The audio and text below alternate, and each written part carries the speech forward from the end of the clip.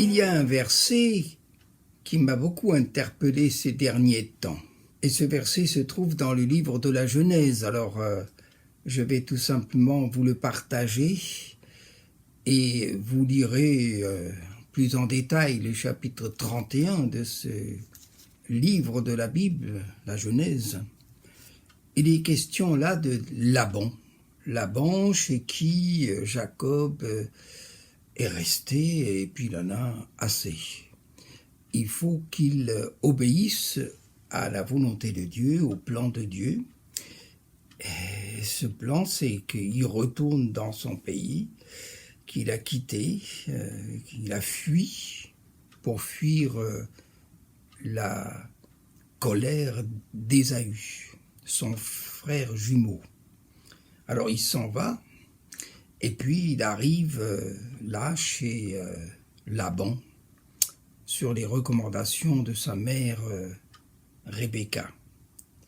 Et là il est escroqué, non, on ne peut pas dire qu'il est maltraité, mais Laban n'est pas un homme juste. Il vole, il lui ment et il l'escroque. Voilà. Alors il décide de partir et il fuit avec les deux filles de Laban, Rachel et puis Léa. Et puis voilà que Laban le poursuit, le rattrape. Mais avant de le rattraper, il a un songe, il a un rêve. Dieu lui parle dans un rêve, Dieu lui parle par ce songe. Et voici ce qui est dit dans le chapitre 31.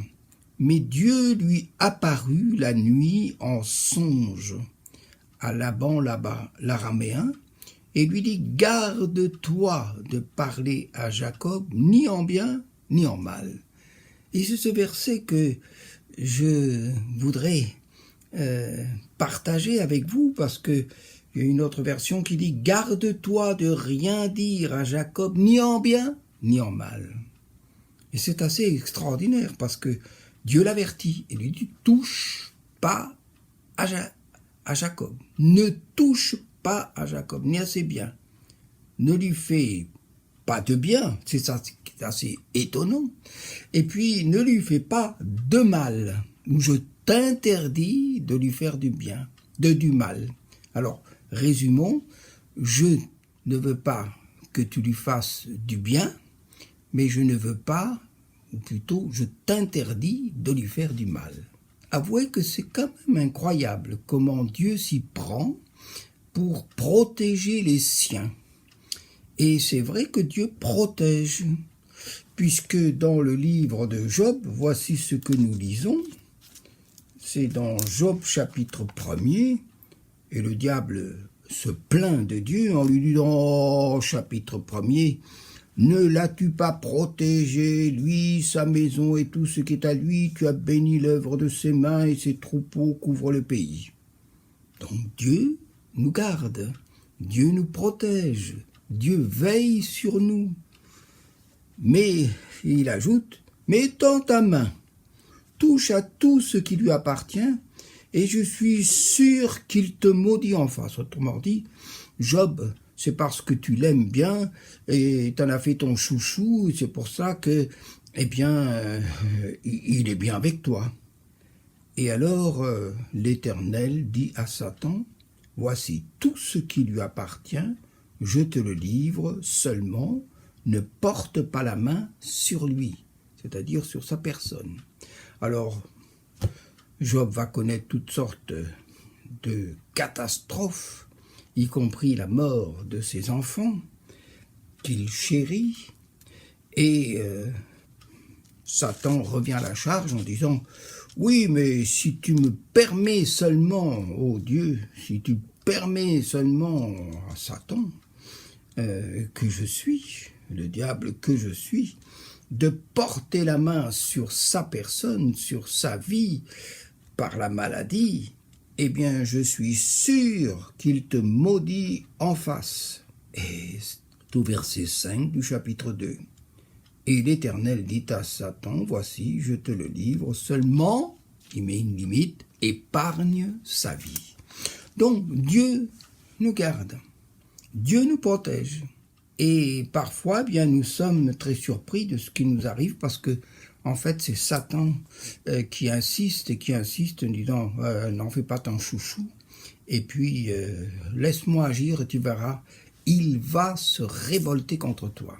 Alors, dans le rêve, Dieu dit à Laban, attention, ne lui fais pas de bien, parce qu'on peut aussi faire beaucoup de mal en faisant du bien.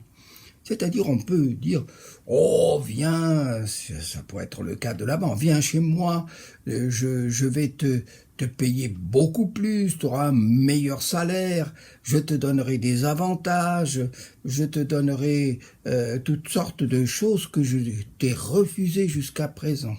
C'est-à-dire, la tentation. C'est ce que le diable a fait aussi avec Jésus. Oh, si tu te prosternes devant moi, je te donne tous les royaumes de la terre. Il a dit, garde tes royaumes. Hein. Il est écrit, non, tu ne te prosterneras pas devant Satan. Vous voyez, on peut faire du bien, et c'est ça qui est assez incroyable.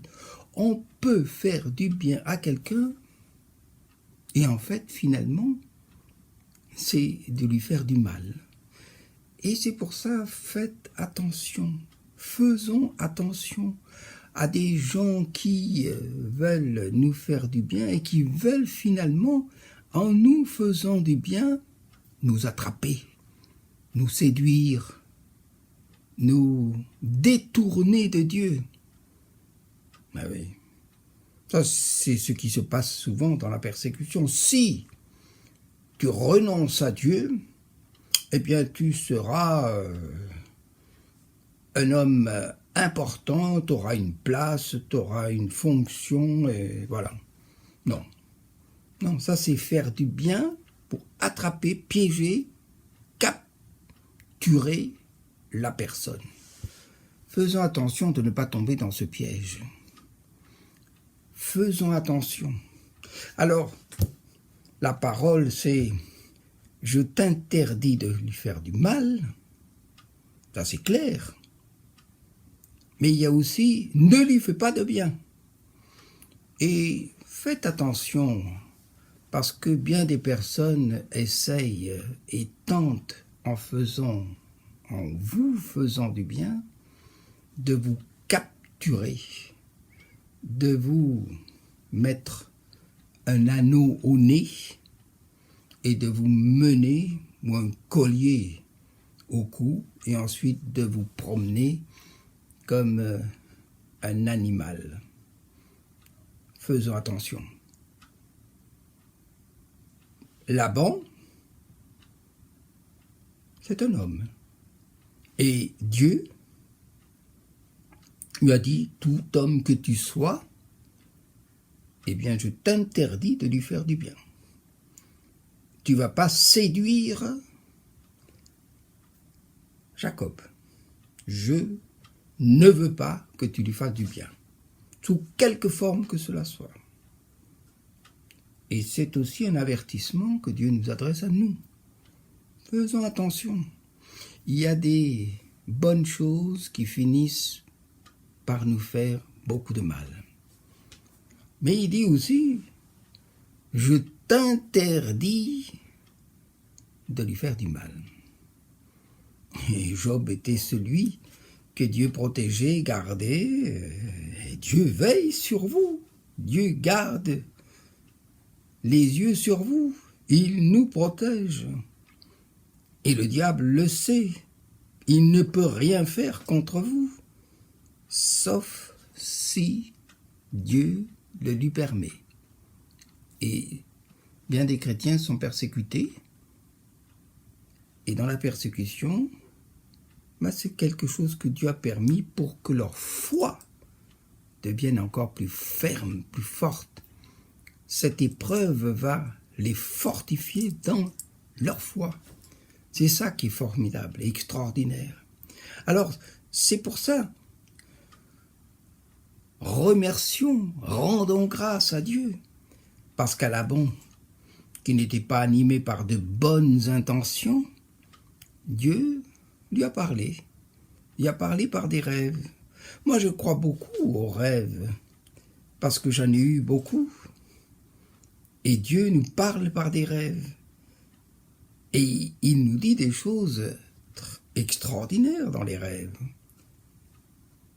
Et là, c'est ainsi qu'il évite à Jacob d'être malmené, maltraité, agressé par son beau-père, Laban. Et tout cela avec un rêve. Bénissons Dieu pour les rêves. Et moi, en cette année, je voudrais vous recommander à Dieu et vous inviter à prier, à demander à Dieu de vous donner des rêves, mais des rêves de Dieu. Ceux-là, on ne les oublie pas. Ils sont pleins d'enseignements. Et ils sont pleins de sagesse. C'est du reste dans le livre des Proverbes au chapitre 4, verset 6 qu'il est dit « Aime la sagesse, elle te protégera. » Aimons celui qui nous donne la sagesse. Et il est aussi celui qui va nous protéger. Que Dieu vous bénisse et vous garde et vous donne des rêves et vous fortifie par ses rêves. Et que cela, cette histoire et ce verset « Garde-toi de rien dire à Jacob ni en bien ni en mal », autrement dit, ne lui fais pas de bien, mais ne lui fais pas de mal, je te l'interdis. Ça a été une grande protection pour Jacob et ce sera aussi une grande protection pour vous. Agissez aussi comme Dieu vous le demande.